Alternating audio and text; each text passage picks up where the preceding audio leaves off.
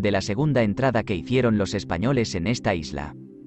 Las cosas que en Dios no van fundadas y enderezadas para su honra y servicio, y por su mano guiadas pocas veces o nunca, tienen buen suceso y fin. Porque como se desvían del verdadero, que es Dios, van a parar al despeñadero de desastrados fines. Bien se vido en el capítulo precedente el fin que los españoles tuvieron tan ignominioso, porque el intento y fin que les movía a la conquista era más interés que honra de Dios y promulgación de su evangelio. Esto fue claro por lo que con sus amigos y aliados usaron, tomándolos sobre seguro y de paz embarcándolos para venderlos por esclavos, que si con estos usaron este término siendo amigos con los enemigos que usaran. Fueron al fin de esta vez con las manos en la cabeza y bien lastimados. Mas como al gobernador Alonso de Lugo le iba ya su honra en no dejar de las manos un negocio que tanta sangre y reputación le había costado, aunque muy alcanzado por los excesivos gastos que en la jornada había hecho, habiéndola hecho toda a su costa, sin que armador alguno interviniese, y para ello había vendido ingenio, tierras y posesiones que en Gáldar tenía como conquistador de aquella parte de Canaria, dejando el presidio que puso en Santa Cruz, en una torre que había allí edificado, se partió para Canaria. Los que quedaron en la torre estaban tan atemorizados y medrosos que no osaban salir de ella a buscar de comer cuando les faltaba, si no era de noche. Ido, pues, a Canaria el gobernador de la conquista, no halló tanta gente ni soldados cuantos había menester, ni se halló con posibilidad para tornar a armar solo como la primera vez había hecho. Y así hizo compañía con 4 mercaderes genoveses que dellos estaban en Canaria y dellos en España, para que como armadores le diesen favor con dineros y mantenimientos. Estos 4 armadores fueron Francisco de Palomar, Guillermo de Blanco, Nicolao Angelate y Mateo Viña, los cuales todos de mancomún, y cada cual por sí, dieron poder a Gonzalo Suárez de Maqueda, vecino del puerto de Santa María, que a la sazón estaba en la ciudad de Las Palmas, en Canaria, para que en su nombre hiciese compañía con cualquier personas que quisiesen ayudar a la dicha conquista de esta isla, con 600 hombres y 30 caballos, que, quitados costos y costas y quinto, se partiese la presa de esclavos, ganados y los demás que se hubiese por medio, y la mitad se partiese entre los soldados y la otra entre los dichos armadores. Este poder se dio en Canaria, en 13 de junio del año de 1494, ante Gonzalo García de la Puebla, escribano público. Con este poder y recaudos partió el dicho Gonzalo Suárez para España y lo comunicó con el duque de Medina, don Juan de Guzmán, el cual, viendo el servicio que a Dios nuestro Señor se hacía, trayendo la gente de aquella isla al conocimiento del Evangelio y a la corona real de Castilla, sujetándole aquella isla, dio oído a la demanda e hizo sus escrituras y conciertos con el dicho Gonzalo Suárez, en nombre y voz de los dichos armadores, y luego hizo hacer gente y aprestarla. Y así, a 3 de octubre del mismo año, se embarcaron en Sanlúcar de Barrameda 650 hombres de a pie y 40 y tantos de a caballo, hombres bien lucidos y muchos de ellos bien nacidos, en 6 carabelas, viniendo por capitán deste Socorro Bartolomé de Estopiñán, caballero privado del duque. Mas por falta de tiempo no partieron hasta 22 del dicho Raes, y con buen viaje surgieron en Canaria, a 29. No había estado ocioso en este tiempo el gobernador de la conquista, porque también por su parte había juntado la gente que había podido, así de canarios, gomeros y majoreros, como de españoles, parientes y amigos, así de los que habían quedado de la primera entrada como de otros que de nuevo se le juntaron, como fueron Hernando de Trujillo, caballero jerezano, Lope Fernández de la Guerra, conquistador de Canaria y señor de 2 ingenios, Vallejo, Hernando de Llerena, Mateo Viña, Jorge Grimón, Juan Perdomo, Gonzalo Mesía, Lope de Aguirre, y los otros que de la Rota de la Matanza escaparon, excepto Bartolomé Benítez de Lugo, que quedó tan escaldado de la primera entrada en que se halló, que no quiso volver a la isla hasta después de conquistada, con otros muchos que después nombraremos. Y así, en llegando el socorro del duque, se partieron para Tenerife, y a 2 de noviembre del dicho año surgieron en Santa Cruz, donde antes habían surgido y, saltando en tierra, asentaron su real con determinación de no salir de la tierra hasta morir o ganarla. Entre la gente de a caballo que envió el duque para el socorro fueron Diego de Mesa, Francisco de Mesa, Gonzalo Castillo, Alonso de Alfaro, Jaime Joven, Alonso Benítez, Alonso de las Hijas.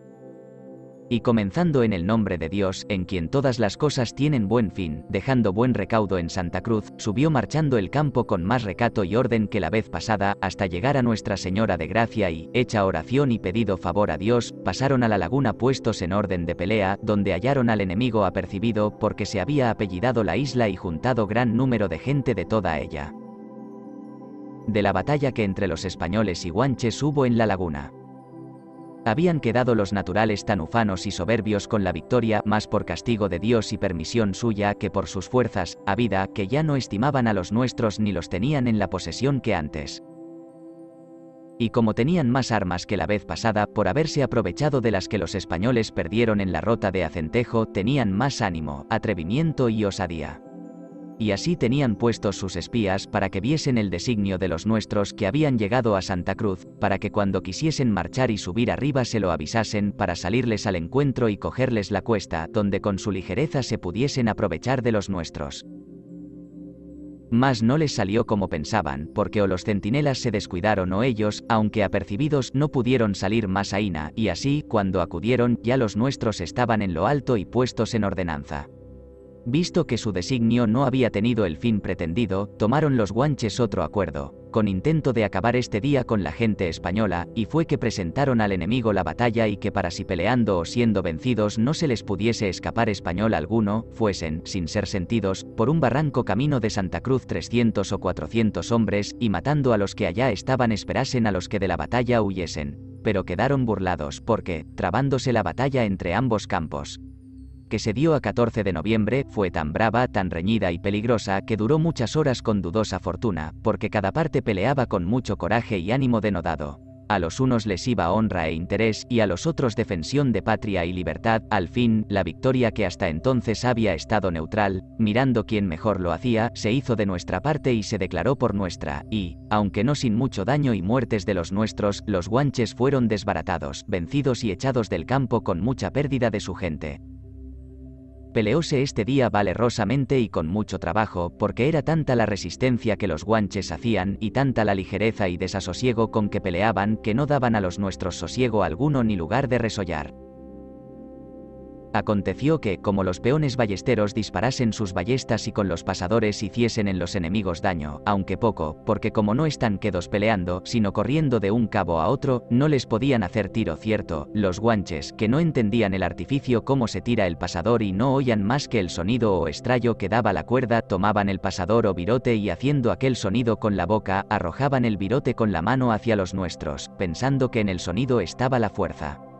Pero con mucha más arrojaban ellos una piedra que, aunque diese en la rodela o taria, la hacían pedazos y al brazo debajo de la. Entre otros peleó este día valentísimamente el rey de Taoro, porque con una alabarda, dicen, se defendió de 7 hombres de a caballo, y al cabo se escapó de entre ellos y se subió por la cuesta de San Roque. Mas aunque de estos se escapó, no pudo escaparse de un fulano de Buendía, que sin conocerlo ni saber que era rey, aunque él en su lengua se lo decía ser el Mensei, que es rey, como no le entendiese, no le valió su reinado, que le pasó con la lanza en un barranquillo estrecho, donde quedó. De los prisioneros y cautivos, que hubo muchos, se supo haber faltado el rey, y como le buscasen y conociesen, cortándole la cabeza, la enviaron a su reino.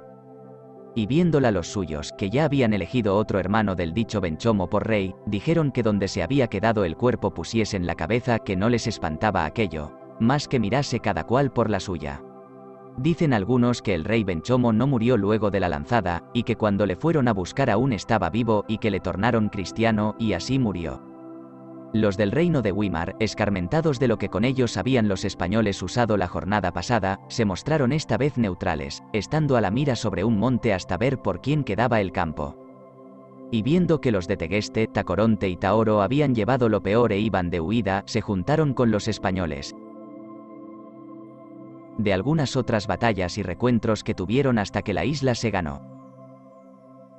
Habida esta famosa victoria con que los guanches quedaron castigados y amedrentados, el gobernador y los demás españoles que escaparon dieron gracias a Dios en un lugar donde después, por este respecto, formaron una ermita que llamaron Nuestra Señora de Gracia, de quien algunas veces hemos hecho mención.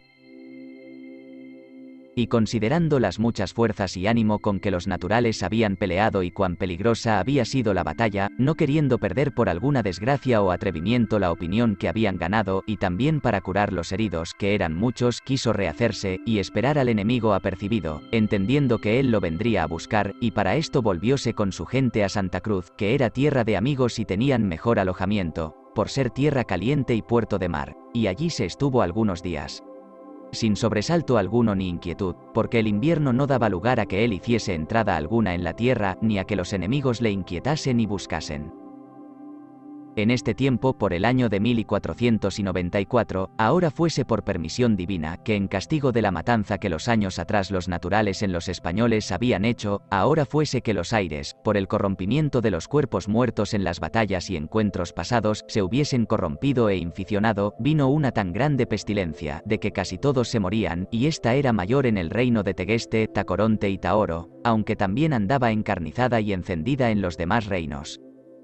De esto dio aviso una mujer de la isla, desde un risco, haciendo señas, y llegando la lengua a hablar con ella, le dijo, que qué hacían, que por qué no subían y se apoderaban de la tierra, pues no tenían con quién pelear, ni a quién temer, porque todos se morían. Visto esto, envían descubridores que corran el campo, era ya la primavera, y marchar el real la vía de la laguna, donde asentando su real, comienzan desde allí a correr la tierra. Hicieron algunas entradas en Tegueste y Tacoronte, trayendo siempre alguna presa, porque con la enfermedad y peste que entre los naturales había, no hallaban los nuestros tanta resistencia. Y aunque los naturales no la hacían por las causas dichas, la hambre y necesidad que los nuestros padecían la hacían grande y era ocasión que la conquista no se prosiguiese. Porque como los nuestros se iban apocando, así por la tardanza que en la conquista había, y por los muchos que en ella habían muerto, como por enfermedades, miserias y hambres y trabajos que pasaban, y había gran falta de mantenimientos, porque en la tierra no se sembraba por causa de la guerra y enfermedad, y los armadores como estaban obligados no acudían, ni los traían de fuera, y a esta causa el gobernador, de quien todo dependía, estaba con pena, porque los soldados quisieron dejar la conquista muchas veces y volverse a sus casas.